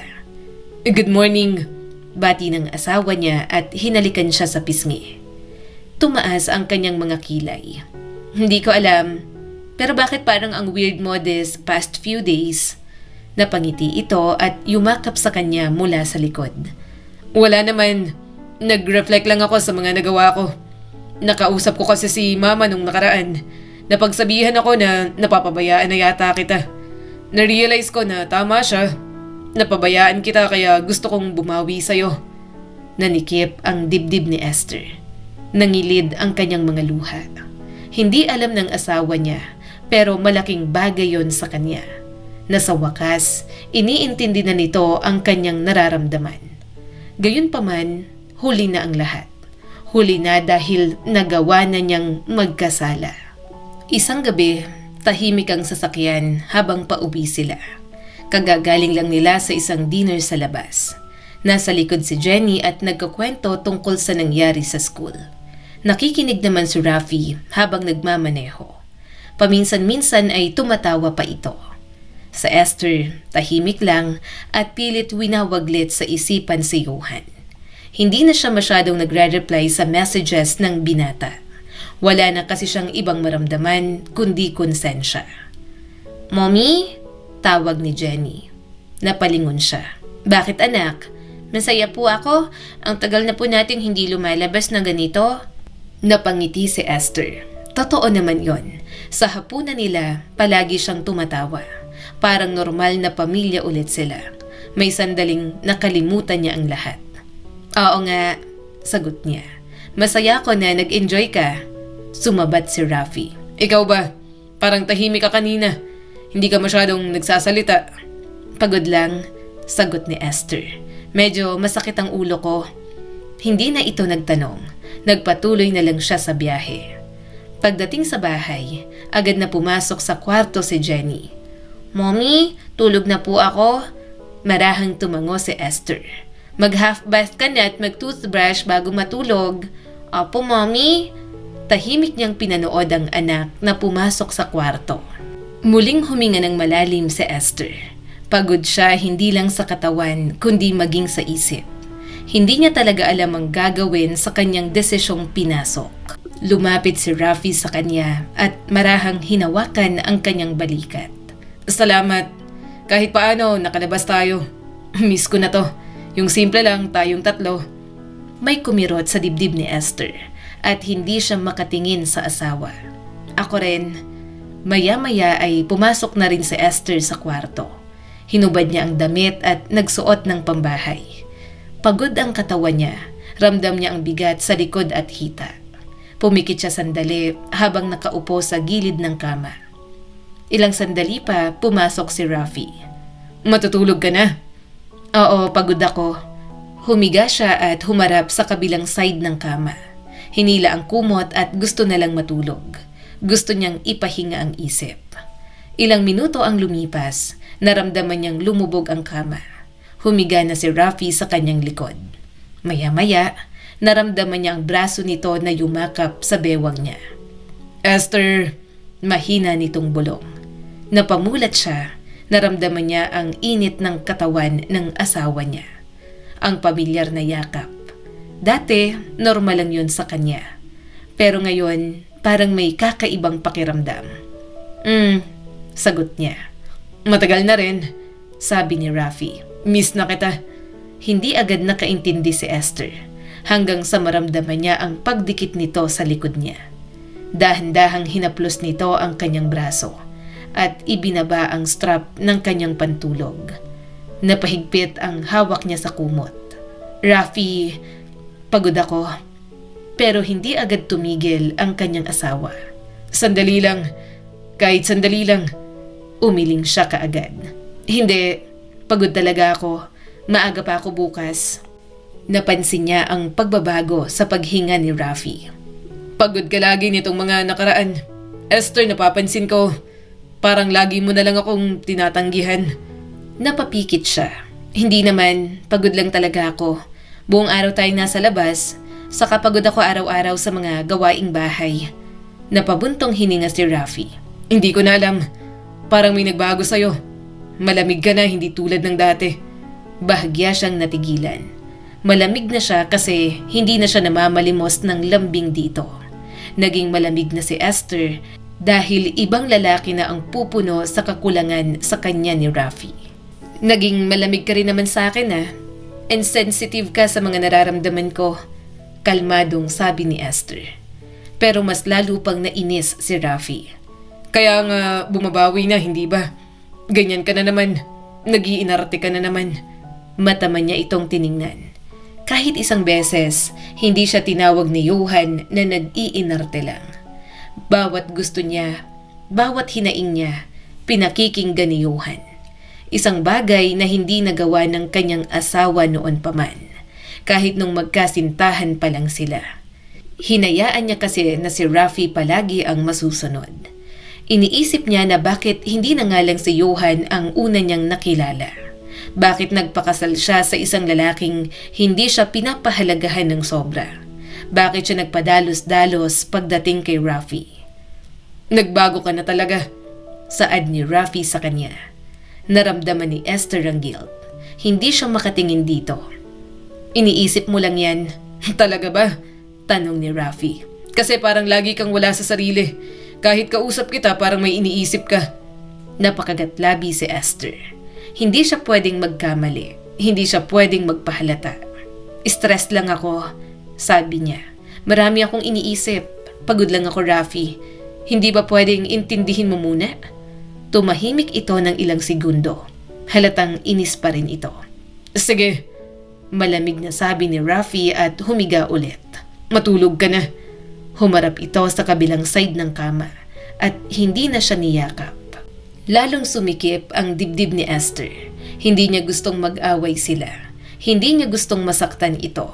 May kasalanan na nga siya. Hindi niya pa magawang ibigay kahit ang simpleng gusto ng asawa niya. Ilang minuto ang lumipas, hindi siya makatulog. Naririnig niya ang tahimik na paghinga ni Rafi at parang nagpipigil pa rin ng inis. Rafi, mahina niyang tawag. Hindi ito sumagot. Galit ka ba? Napahinga siya ng malalim. Sorry, pagod lang talaga ako. Okay lang. Malamig nitong sagot. Matulog ka na. Mas lalong kumirot ang dibdib ni Esther. Unti-unti siyang lumingon. Nakita niyang nakatalikod pa rin si Rafi at hindi gumagalaw. Rafi, ulit niya. Ano? Sagot nito at halatang pinipigil ang inis. Sandali siyang nag-isip. Pagod siya pero mas pagod siya sa bigat ng konsensya. Okay lang, mahina niyang sabi. Kung gusto mo, sige na, halika na dito. Dahan-dahang lumingon ang asawa niya. Sigurado ka? Tumango na lang si Esther. Unti-unting humarap si Rafi sa kanya. Nakita niya ang pagbabago sa mukha nito. Nawala ang inis at napalitan ng lambing. Hinawakan nito ang pisngi niya. Sure ka? Pagod ka, di ba? Oo, okay lang. Dahan-dahang lumapit si Rafi at hinalikan siya sa noo. Sumunod sa pisngi at sa mga labi niya. Pumikit sa Esther at pilit na lang yung dinama. Pero sa loob ng isip niya, may ibang mukha. Si Johan ang nakikita niya. Bigla niyang naalala ang paraan ng paghalik ni Johan. Init, desperasyon at ang bigat ng yakap nito sa kanya. Napahigpit ang hawak niya sa kumot. Okay ka lang? Bulong ni Rafi. Oo, sagot niya. Nagpatuloy si Rafi. Pero habang tumatagal, lalong nalilito si Esther. Nararamdaman niya ang presensya ni Rafi. Pero ang isip niya lumilihis. Naalala niya ang boses ni Johan. Naalala niya ang sinabi nito na sana ito na lang ang kanyang asawa. Pinilit niyang sumabay, pinilit niyang bumalik sa kasalukuyan. Pero kahit anong gawin niya, bumabalik pa rin ang alaala ni Johan sa kanya. Madaling araw nang magising siya, tulog pa ang asawa niyang si Rafi. Sa banyo, Hawak niya ang cellphone at binabasa ang messages ni Johan. Marami itong mensahe sa kanya. Nagmamakaawa na mag-reply siya. Esther, anong ginagawa mo? Ayaw mo na ba sa akin? Please, kausapin mo ako. Magkita tayong dalawa kahit saglit lang. Miss na kita. Hindi ko alam ang gagawin ko. Napapikit si Esther. Dapat na talagang matigil ang sa kanilang dalawa ni Johan. Pero hindi niya alam kung paano titigil. Nahihirapan siyang pakawalan si Johan. Kaya kahit na bumibigat na ang konsensya ni Esther, talagang nagpapatuloy pa rin siya. Bakas ang saya sa mukha ni Johan habang nakatingin sa kanya. Masayang masaya ako na nandito ka. Napangiti na lang si Esther. Esther, may itatanong ako pero sana wag kang magalit o mailang. Mahina ngunit diretso na sabi ni Johan. Mahal mo pa ba ang asawa mo? Napatigil si Esther. Hindi siya agad nakasagot. Dahil ang totoo ay hindi niya rin alam kung ano ang sagot. Naguguluhan na siya sa nararamdaman. Hindi niya masabi kung pagmamahal ba talaga ang kay Johan o attachment na lang talaga. Dahil naiparamdam nito sa kanya ang hindi ipinaramdam ng asawa niya. Bakit mo tinatanong? Sagot ni Esther. Hindi ko alam kung paano sasagutin yan. Napatingin pa rin sa kanya si Johan. Kasi pakiramdam ko, mas lumalalim na to. Hindi na lang tayo nagkikita. Hindi na lang to sandali para sa akin. Parang nasanay na ako na nandyan ka at gusto kong malaman kung saan ako lulugar. Huminga ng mabagal si Esther. Hindi ko alam. Hindi ko talaga alam. Asawa ko si Rafi at hindi naman ganun kasimple ang lahat. Kapag kasama mo siya, masaya ka ba? Tanong pa ni Johan. Napailing si Esther. Hindi ko iniisip yan. Please, wag na nating pag-usapan to. Pero Esther, gusto ko lang naman malaman kung masaya ka pa sa asawa mo. Sinapo ni Johan ang kanyang pisngi. Hindi nakapagsalita si Esther. Parang may sumikip sa dibdib niya. Hindi niya gusto ang direksyon ng usapan. Johan, hindi ko planong umabot sa ganito, sabi ni Esther. Inaasahan ko na matatapos din to. Suminghap si Johan at mas lalo pang lumapit sa kanya. Hindi ko rin inaasahan, pero nandito na tayo. Hindi ko kayang ituring to na wala lang. At anong matatapos? Alam mong hindi ganun kadaling matapos. Siya naman ang napatitig dito. Iniisip ni Esther kung iniisip ni Johan na panghabang buhay ba ang mayroon sila. Subalit sobrang imposible nun. Dapat nga ay tapusin na nila kung anuman ang mayroon sa kanilang dalawa. Gusto kitang makita ng mas madalas, dagdag ni Johan. Hindi lang saglit. Hindi lang kapag may oras ka. Parang gusto ko may oras ka talaga para sa akin. Hindi yung patago. Bahagyang napaatras si Esther. Hindi pwede yon. Johan, may asawa't anak ako. Alam mo yan. Bakit? Tanong ni Johan. Hindi ba pwede kahit kaunti? Kahit mas matagal lang. Gusto kong makasama ka ng ilang araw. Parang bitin kasi palagi. Hindi pwede yan. Anong sasabihin ko sa asawa ko? Magtataka ang pamilya ko. May pamilya ako. Sagot ni Esther. Hindi ko pwedeng baguhin lahat. Hindi ko naman sinasabing baguhin mo agad, sabi ni Johan. Pero gusto ko lang maramdaman na mahalaga rin ako. Hindi yung palagi ako naghihintay kung kailan ka pwede. Natahimik si Esther. Ramdam niya ang pressure. Hindi na yon tulad ng dati at nagsisimula na ang kaba sa kanyang kalooban. Hindi ko kaya, sabi niya ng mahina. Hindi ko kayang magbigay ng mas marami. Ito lang ang kaya kong ibigay sa'yo. Johan, mahirap to. Hindi ko kayang ibigay ang gusto mo. Naluluha si Johan habang nakatingin sa kanya. Maya-maya'y bigla itong sumubsob sa kanyang leeg, paangat sa kanyang pisngi. May nararamdaman ka ba para sa akin? Mahal kita. Hindi ko alam. Hindi mo alam? Ulit ni Johan. Dapat meron. Mahal kita at marami na tayong ginawa. Imposibleng wala akong lugar dyan sa puso mo. Gusto ko lang ng clarity. Hindi ko gustong maging ganito lang. Parang naghihintay ako palagi. Napahinga ng malalim si Esther. Hindi ko kayang magbigay ng sagot ngayon. Tumango si Johan. Naiintindihan ko. Pero nahihirapan din ako. Gusto kita sa akin. Kung pwede lang na huwag ka nang umalis sa tabi ko. Hindi na nagugustuhan ni Esther ang patutunguhan ng kanilang pinag-uusapan. Naghahangad na ang binata ng mas higit pa mula sa kanya. Batid naman nila pareho na hindi pwede ang mga gusto nito. Pero yon at halos nagmamakaawa na sa kanya. Sinapo ni Johan ang mukha niya at hinaplos ang kanyang labi. Ayoko lang na bigla kang mawala. Gusto ko malaman kung may patutunguhan to. Pag-uwi ni Esther, tahimik na lang siya. Kailangan niya ng magdesisyon. Hindi siya pwedeng maipit sa sitwasyong yon at sa bandang huli, masaktan ang kanyang pamilya, lalo na ang kanyang anak. Kaya sa sunod nilang pagkikita ni Johan, nagdesisyon na siyang tapusin ang lahat. Johan, may kailangan akong sabihin. Napalingon sa kanya si Johan at seryoso ang mukha nito. Anong ibig mong sabihin? Parang seryoso ang tono mo. May nangyari ba? Nalaman na ba ng asawa mo? Umiling si Esther. Walang nakakaalam. Pero gusto ko na tong tapusin. Hindi agad nakasagot si Johan. Parang hindi nito agad naintindihan. Tapusin? Ibig mong sabihin, hindi na tayo magkikita? Tumango si Esther. Oo, hindi na dapat. Napahinga ng malalim si Johan. Bakit bigla? Nang isang araw lang maayos pa tayo. Nagtatawanan pa tayo. Parang wala namang problema. Napakagatlabi si Esther. Matagal ko nang iniisip to. Lumalalim na. Hindi na to simple. Mali na to. Lunod na tayo sa pagkakamali nating dalawa. Napayuko si Johan. Akala ko may nararamdaman ka rin.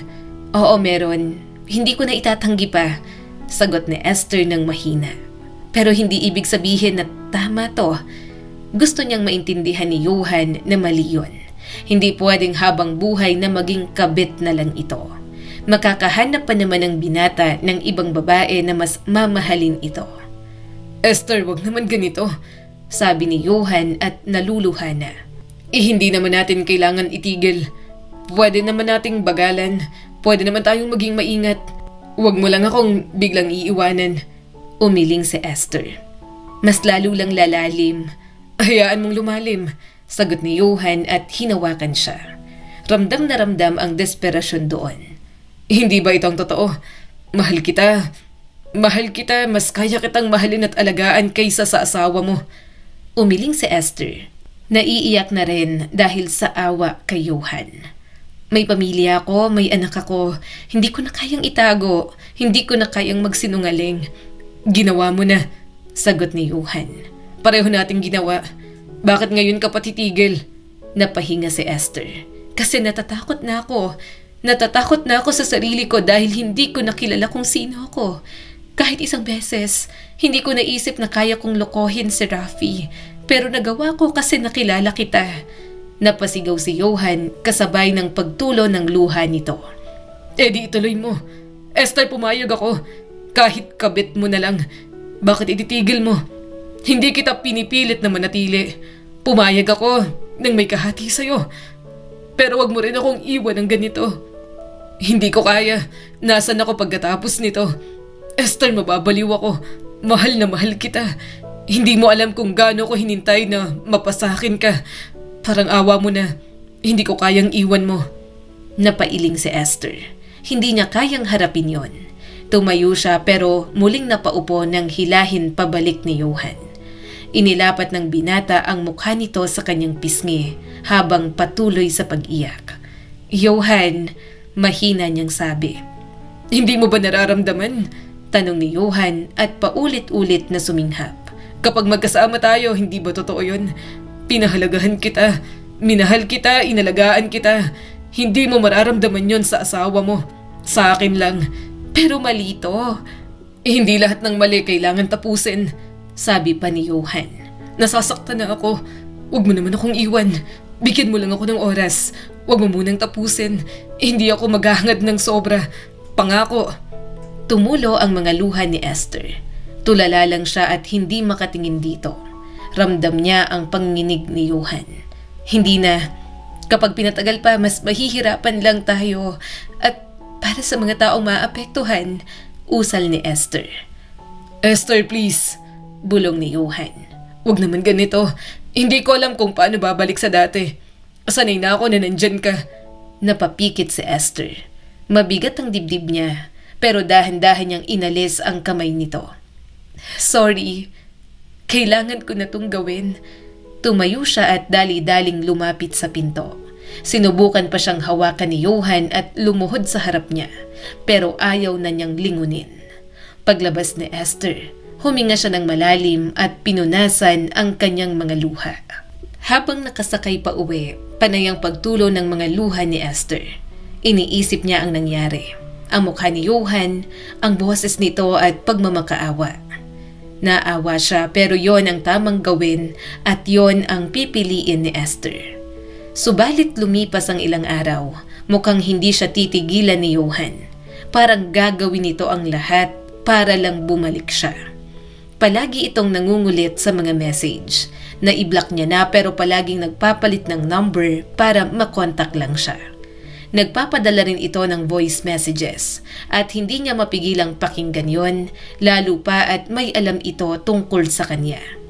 Gusto niyang maayos silang maghiwalay pero hindi siya pinagbibigyan ng binata. Esther, alam kong sinabi mong tapos na at sinabi mong wag na kitang kontakin. Pero hindi ko talaga kayang tanggapin agad yun. Ilang araw na kitang iniisip. Hindi ako makatulog ng maayos at pakiramdam ko may kulang sa araw ko. Kahit alam kong hindi mo sasagutin, nagbe-message pa rin ako. Umaasa na baka mabasa mo at maalala mo na hindi lang basta sandali ang meron tayo. Mababang boses ni Johan mula sa voice message na paulit-ulit niyang pinakikinggan. Nakaupo si Esther sa gilid ng kama habang hawak ang cellphone. Hindi niya yun sinagot. Hindi rin niya pinakinggan lahat. Pinatay ni Esther ang screen, inilapag niyang cellphone sa mesa at huminga ng malalim. Sa sala, naririnig niya ang boses ni Jenny. "Mommy, tapos na ako sa assignments ko. Tingnan mo po." "Sandali lang," sagot ni Esther. Tatayo na sana siya, pero biglang nag-vibrate ang kanyang cellphone. Nakita niya ang pangalan ni Johan. Hindi niya sinagot. Tumigil ulit. Maya-maya ay may bagong voice message.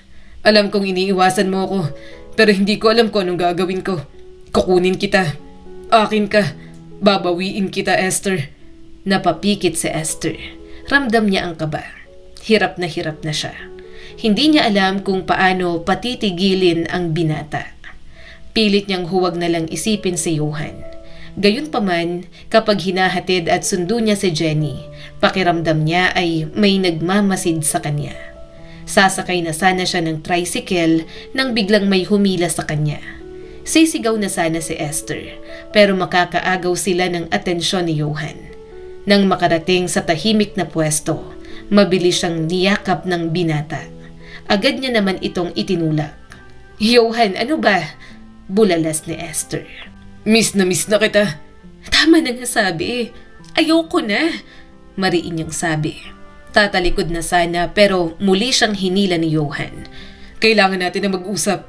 Hindi ko na kayang ganito. Hindi ako papayag na basta mo akong iiwan."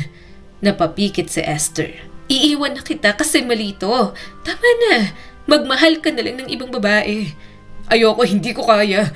Ikaw lang ang mahal ko. Kung hindi mo ako kakausapin, mapipilitan akong gumawa ng paraan para pakinggan mo ako." Kinabahan si Esther. "Tumigil ka na. Sinabi ko nang tapos na." Pero mas lalong nagpumilit si Johan. "Hindi pa tapos para sa akin. Hindi mo ako pwedeng basta iwan. May pinagsamahan tayo." "Please, wag mo na akong guluhin," sagot ni Esther at naiiyak na sa labis na frustration. "Nalungkot lang ako kaya ako pumatol sa'yo. Pero mahal ko ang anak ko at ang asawa ko kaya mas pipiliin ko sila." Mabilis ang paghinga ni Johan. Parang ayaw tanggapin ang lahat ng sinasabi niya.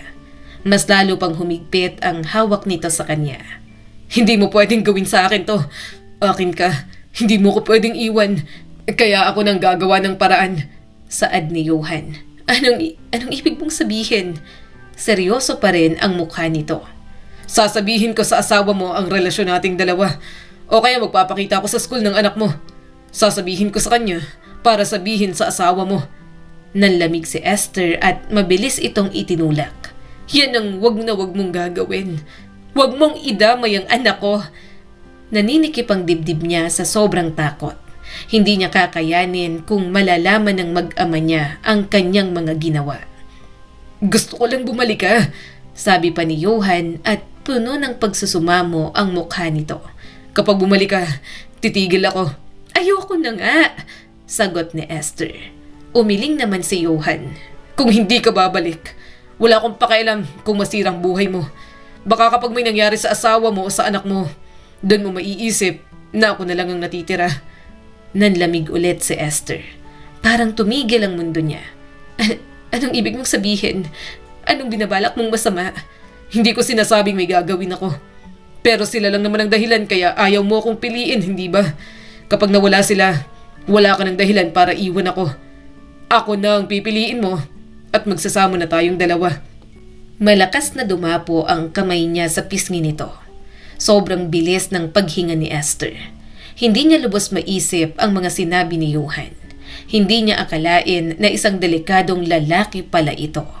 Nababaliw ka na, usal ni Esther. Tumulo ang mga luha ng binata. Oo, nababaliw na ako. Nababaliw na ako dahil mahal na mahal kita. Pagkatapos mo akong gamitin, aalisin mo lang ako sa buhay mo na parang basura. Dinuro niya ito. Huwag mong idamay ang pamilya ko.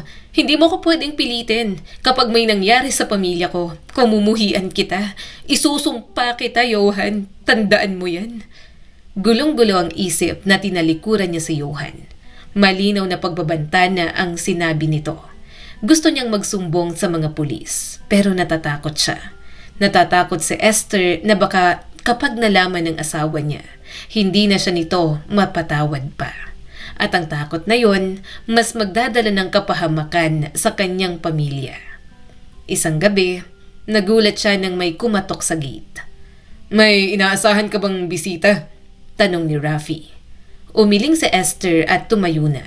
Wala naman, ako nang magbubukas. Lumabas na siya at dumiretso sa gate. Pero pagbukas niya, nagulat siya nang makita si Johan. Isasara niya na sana ulit pero nakapasok agad si Johan. Halika na, sumama ka na sa akin. Iwan mo na sila, lalayo tayo. Puno ng desperasyon na sabi ni Johan. Nagpumigla siya sa hawak nito. Johan, ano ba? Bitiwan mo ako. Ayoko na. Please, tama na. Halos buhati na siya nito papalabas. Pero mas nagpumiglas pa siya. Maya-maya'y narinig niya ang boses ng asawa niyang si Rafi. Ano yan? Dali-daling tumakbo si Rafi. Anong ginagawa mo sa asawa ko? Napasigaw si Esther nang sapakin ni Rafi si Johan. Gumanti naman agad si Johan. Inaawat niya na ang mga ito pero hindi na niya maawat. Daddy! Malakas na sigaw ni Jenny habang umiiyak. Maya-maya'y naglabas ng patalim si Johan. Nanlaki ang mga mata ni Esther nang sa isang iglap nasaksak nito ang asawa niya. Rafi! Bulalas niya at tinangkang lumapit dito. Pero binalya siya nito palayo para hindi siya madamay. Sumaksak pa ng isa si Johan at kitang-kita niya ang dugo roon. Iyak nang iyak si Esther habang sumisigaw. Mabilis siyang tumayo at pumasok sa loob. Una niyang nadampot ang vase at agad yung ipinukpok sa batok ni Johan. Napalingon ito sa kanya. Esther, tama na! Umiiyak niyang sigaw. Tama na! Tumulo ang mga luha ni Johan at nabitiwan ng patalim. Nanginginig ang mga kamay nito at parang doon lang nahimasmasan. Maya-maya'y lumuhod ito at niyakap ng mga kamay nitong may dugo ang kanyang mga hita. I'm sorry, mahal na mahal lang kita kaya ako nagawa to. Pero mas malakas niya itong sinapak sa mukha at mas nilapitan si Rafi. Pinigilan niyang pagdurugo ng sugat nito. Rafi, sorry. Jenny, kunin mo ang cellphone ko. Kunin mo, bilisan mo. Utos niya sa kanyang anak. Hindi na alam ni Esther kung paanong naasikaso niya ang lahat. Narinig sila ng kapitbahay kaya tinulungan na sila. Sumuko sa mga pulis si Johan. Ang asawa niya naman ay sinugod na sa operating room. Mommy, ano po bang nangyari? Bakit po sinaksak si Daddy? Naluluhang tanong ni Jenny. Hindi siya makasagot kaya niyakap niya na lang ang anak. Alam niyang nagdulot yon ng trauma rito. Nakita ng bata kung paanong sinaksak ni Johan si Rafi. Ilang oras ang lumipas, natapos na ang operasyon. Sa awa ng Diyos, walang natama ang organ sa kanyang asawa. Pero kailangang manatili sa ospital at magpagaling. Sa mga araw na nagdaan, binantayan niya lang at sinamahan ang asawa niya. Sa gitna ng lahat ng yon, inabalan niya rin ang isasampang kaso laban kay Johan. Nang makita niya ito sa police station, hindi na ito makatingin sa kanya. Bakas din ang pagsisisi sa mukha nito at handang pagbayaran ang kasalanan. Pagbalik naman sa ospital, nagkatinginan silang dalawa ni Rafi. Alam niyang kailangan na nilang mag-usap. Batid niyang naguguluhan pa rin ito. Rafi, may kailangan akong sabihin at alam kong masakit itong pakinggan. Pero hindi ko na kayang itago pa. Lalo na pagkatapos ng nangyari. Mahina ngunit diretso na sabi ni Esther habang nakaupo sa tabi ng kama nito. Tahimik si Rafi at nakatingin lang sa kisame. Para bang inaasahan nito at handa na ang sarili na makinig. Napahawak si Esther sa kumot. Si Johan, kilala ko siya. Hindi lang basta kakilala. Nakita kami malapit sa school ni Jenny. Nag-usap kami. Naging madalas. Hanggang sa naging malapit. Nagkaroon kami ng relasyon at nagkikita ng patago. Tumulo agad ang mga luha niya. Kinatatakutan niya kung ano ang susunod na mangyayari sa kanya pagkatapos ng lahat ng kanyang sinabi. Subalit kailangan niyang maging totoo at pakawalan lahat ng kanyang mga sikreto. "Gaano katagal?" tanong ni Rafi. "Ilang buwan," sagot ni Esther. Napapikit si Rafi at huminga ng mabagal. Hindi ito sumigaw pero kita ang galit sa mukha nito. "May nangyari sa inyo?" Muling naluha si Esther. "Oo." Tumango si Rafi ng dahan-dahan at parang tinatanggap ang sakit. Kaya pala parang naging iba ka." "Tinapos ko na." Mabilis na sabi ni Esther. "Bago pa mangyari to." Pero hindi siya pumayag. Pinagbantaan niya ako. Natakot ako. Hindi ko agad nasabi. "Sorry, sinaktan ko kayo. Nadamay pa kayo ni Jenny. At naiintindihan ko. Naiintindihan ko kung hindi mo na ako mapapatawad. Pero si Jenny, sana wag mo siyang ipagkait sa akin." Pagkatapos ng pag-uusap na yon, wala na silang naging usapan pa. Pero nang makauwi sa bahay, doon na nila mas naramdaman na nag-iba na ang kanilang pagsasama. Hindi na maibabalik sa dati ang lahat. "Gusto mo na bang makipaghiwalay?" Puno ng sakit na tanong ni Esther. Napabuntong hininga si Rafi. "Parang hindi na kita kayang tanggapin ulit pagkatapos ng mga nangyari.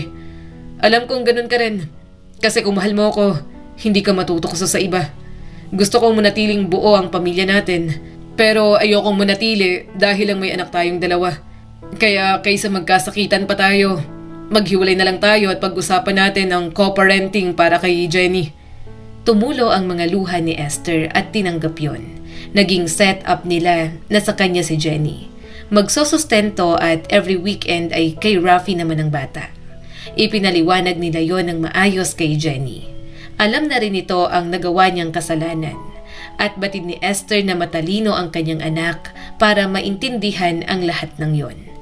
Inaasahan niya na rin na magagalit ang kanyang anak, pero sa halip, niyakap lang siya nito habang patuloy sa pag-iyak. "Mommy, nalulungkot po ako na naghihiwalay na kayo ni Daddy. Malungkot po ako kasi nagawa mo po yun sa kanya. Pero mommy pa rin po kita at walang ibang mommy na kaya pong mag-alaga sa akin, katulad po ng pag-aalaga nyo." Malakas siyang napahikbi. Hindi niya na talaga napigilan sa lahat ng bigat na nararamdaman niya pagkatapos ng mga nangyari. Ang pagpapatawad at gampanin niya bilang isang ina ang gagamot sa lahat ng sugat na naiwan. Ang kwentong ito ay nagpapaalala sa atin na ang isang maling desisyon kahit sandali lang at tila walang makakaalam ay maaaring magdulot ng pangmatagalang sugat. Hindi lamang sa sarili kundi sa mga taong mahal natin. Ipinapakita nito na ang kakulangan sa komunikasyon, emosyonal na distansya at paghahanap ng atensyon sa maling lugar ay maaaring humantong sa mga pagpiling mahirap ng bawiin pa. Minsan, ang akala nating pansamantalang ligaya ay may kapalit na pagkawala ng tiwala, seguridad at kapayapaan ng pamilya. Itinuturo rin ng kwento na ang pagsisisi ay dumarating kapag huli na, at kahit may pagpapatawad, hindi lahat ay naibabalik sa dati. Sa huli, mahalagang piliin ang katapatan, pag-uusap at responsibilidad sa ating mga damdamin. Dahil ang bawat desisyon ay may epekto, hindi lang sa kasalukuyan, kundi sa kinabukasan ng mga taong nakapaligid sa atin.